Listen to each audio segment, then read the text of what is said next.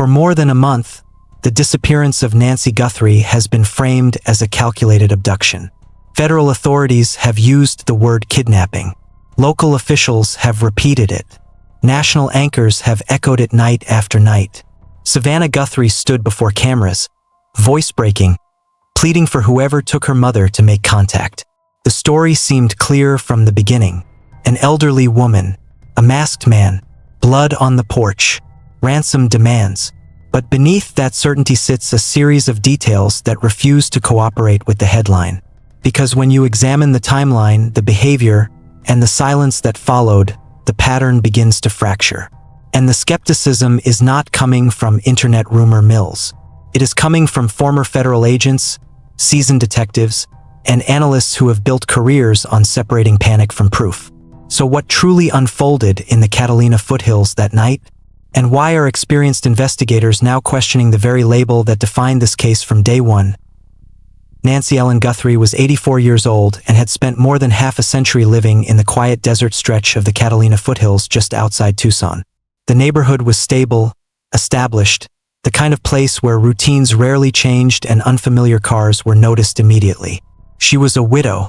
Her husband Charles had died decades earlier during a mining trip in Mexico, leaving her to raise 3 children who would go on to build lives far larger than the desert street where they grew up.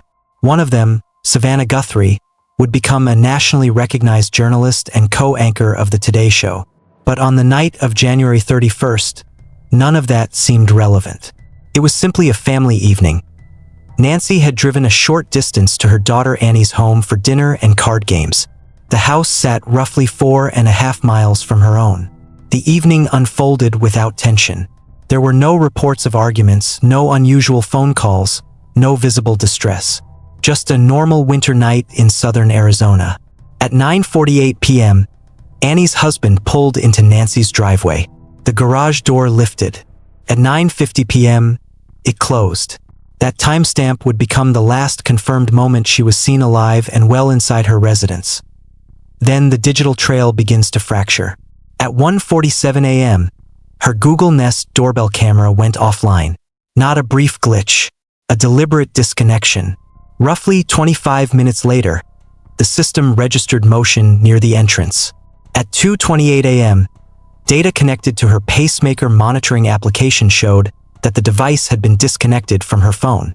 3 separate technological interruptions within a span of less than an hour. And yet no alarm was triggered that night. No emergency call was made. No neighbor reported screams or gunshots. It was not until nearly 10 hours later that concern began to form.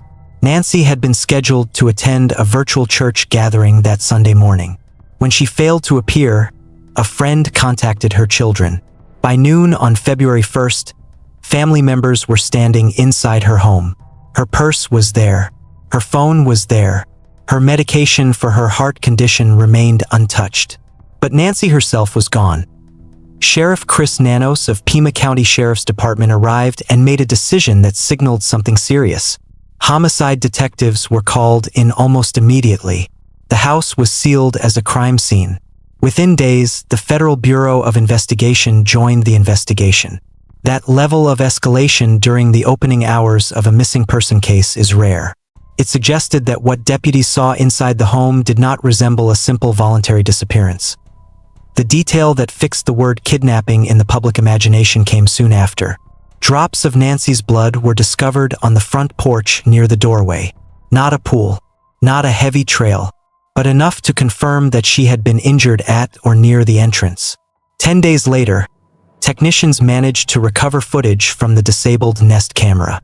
What they released was grainy, monochrome, and unsettling. A masked figure stood at the door. The man wore a ski mask, gloves, long pants, and a jacket. A holstered firearm was visible at his side. Slung over his shoulder was a black 25-liter Ozark Trail backpack sold through Walmart. In the footage, he approached cautiously. He attempted to cover the lens with his hand.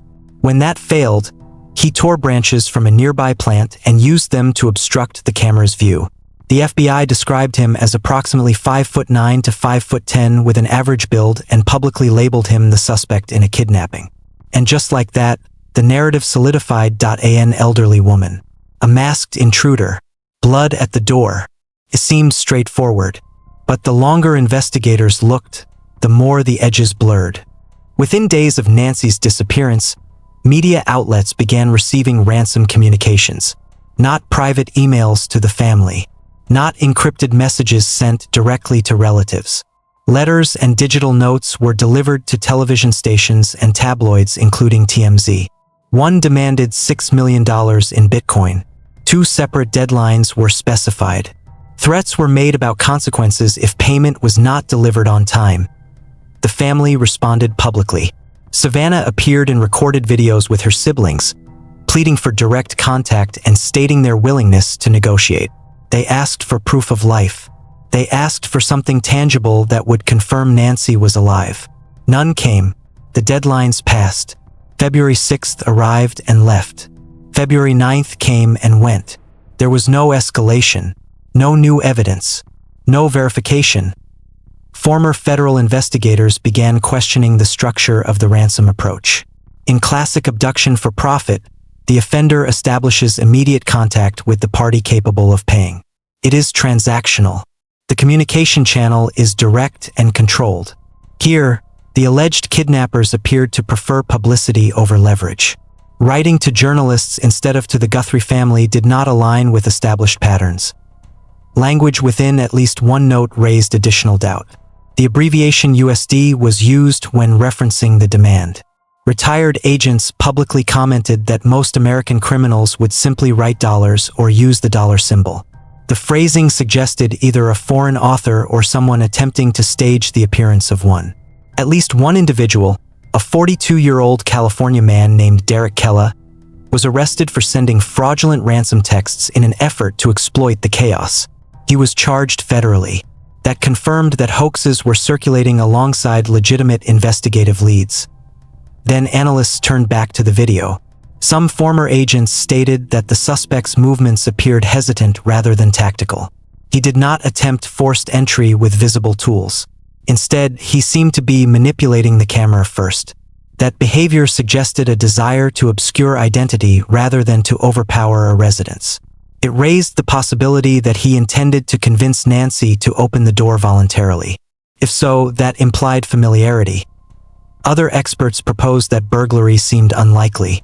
Professional burglars typically avoid occupied homes at 2 in the morning. They observe patterns and strike when properties are empty. Taking a victim dramatically increases risk. Yet no valuables were reported stolen. No safe was emptied. No ransacked rooms were described publicly. The target appeared to be Nancy herself. Investigators collected DNA from the property and later from gloves discovered roughly 2 miles away. The genetic material did not match Nancy or close relatives. When processed through CODIS, the national database, no direct match was returned. Officials acknowledged that the DNA sample was mixed, containing more than one contributor, complicating extraction of a clean profile. That left open the possibility of genetic genealogy analysis through consumer databases such as Ancestry or 23andMe, techniques that had previously helped identify suspects in cold cases. But that process requires time and cooperation. Meanwhile, the search widened. More than 30,000 tips poured in. Local deputies and federal agents canvassed the foothills, reviewing surveillance footage from surrounding homes. The FBI doubled its reward to $100,000. The Guthrie family added an independent offer of $1 million in cash for information leading to Nancy's recovery. And yet no suspect was publicly named. As weeks passed, personnel levels reportedly shifted. The FBI command presence in Tucson decreased and operations were consolidated in Phoenix. Officials described the move as a reallocation of resources. In investigative language, that often signals a transition from immediate search to extended case development. Public confidence began to waver. The questions grew sharper. If this was a calculated abduction, where was the communication? If it was a burglary gone wrong, why take the victim? If it was personal, who harbored that motive? The narrative that once appeared airtight now felt incomplete. Complicating matters further were the detentions that followed. A delivery driver was stopped near the border and questioned before being released. A A 37-year-old local resident was detained during a traffic stop while a tactical team searched his property. Neither man was charged. Neither was formally identified as a suspect. Public speculation moved faster than confirmed evidence. Online forums circulated names and theories, some targeting individuals who later proved to have no connection at all. Law enforcement publicly discouraged harassment and reminded citizens that rumor can damage innocent lives. Inside the official investigation, certain strategies drew scrutiny. Reports indicated that decision-making authority was centralized within a small circle of senior leadership. A Mexican volunteer search group known for locating remains in difficult terrain offered assistance, but was reportedly denied operational access. Authorities maintained that coordination required controlled parameters. Critics questioned whether additional manpower might have accelerated progress. Medical experts introduced another variable. Nancy relied on daily heart medication and monitoring connected to her pacemaker.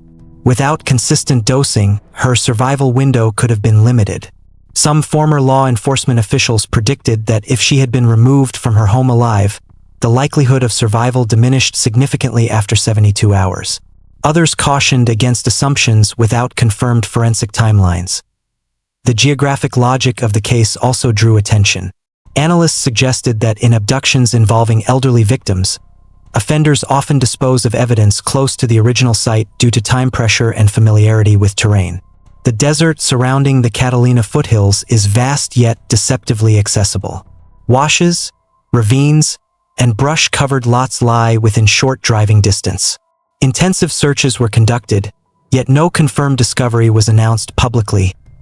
Public statements from the family reflected both hope and realism. Savannah acknowledged in a later video that they had begun preparing emotionally for the possibility that Nancy might not return. Still, they emphasized the need for answers. Closure requires knowledge. Whether Nancy was taken for ransom, targeted over a grievance, or encountered a confrontation that escalated unexpectedly, the essential question remained unchanged. What happened between 1:47 and 2:28 that morning? What investigators can state with certainty is limited but significant. An unknown individual stood at her door before dawn. The doorbell camera was disabled. Blood was present near the entrance. Nancy has not been seen or heard from since. Beyond those anchor points, interpretation diverges. The case illustrates how quickly a label can crystallize in public discourse. Kidnapping became the headline within hours. Yet labels do not solve crimes. Evidence does. And the evidence here continues to resist a single clean explanation. An elderly woman vanished from a quiet Arizona neighborhood. Her family waits. Federal and local authorities continue to examine data, DNA, financial records, and digital trails. Somewhere within that mosaic lies a sequence of actions that can be reconstructed. Until then, speculation fills the silence. But speculation is not resolution. Nancy Guthrie's disappearance remains an open investigation. Whether driven by greed, anger, obsession, or accident, the truth exists in physical facts waiting to be connected. And someone, somewhere, knows more than they have said. If you have any information regarding the disappearance of Nancy Guthrie, contact the FBI at 1-800-CALL-FBI or the Pima County Sheriff's Department at 520-351-4900. A $1 million reward remains available for information leading to her recovery. If this analysis helped you understand the case, subscribe. We examine stories like this weekly, focusing on the facts beyond the headlines.